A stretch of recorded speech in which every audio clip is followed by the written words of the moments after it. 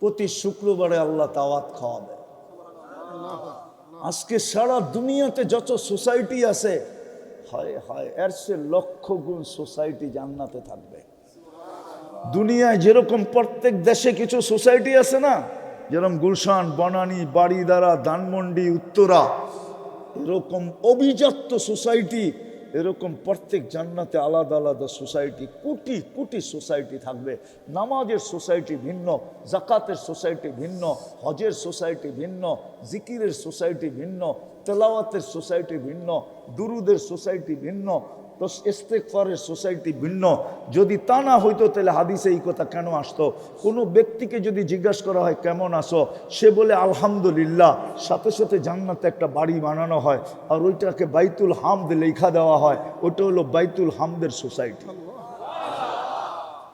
এরকম শুকুরের সোসাইটি ভিন্ন, সবরের সোসাইটি ভিন্ন। ওই জান্নাত আমাদের গন্তব্য।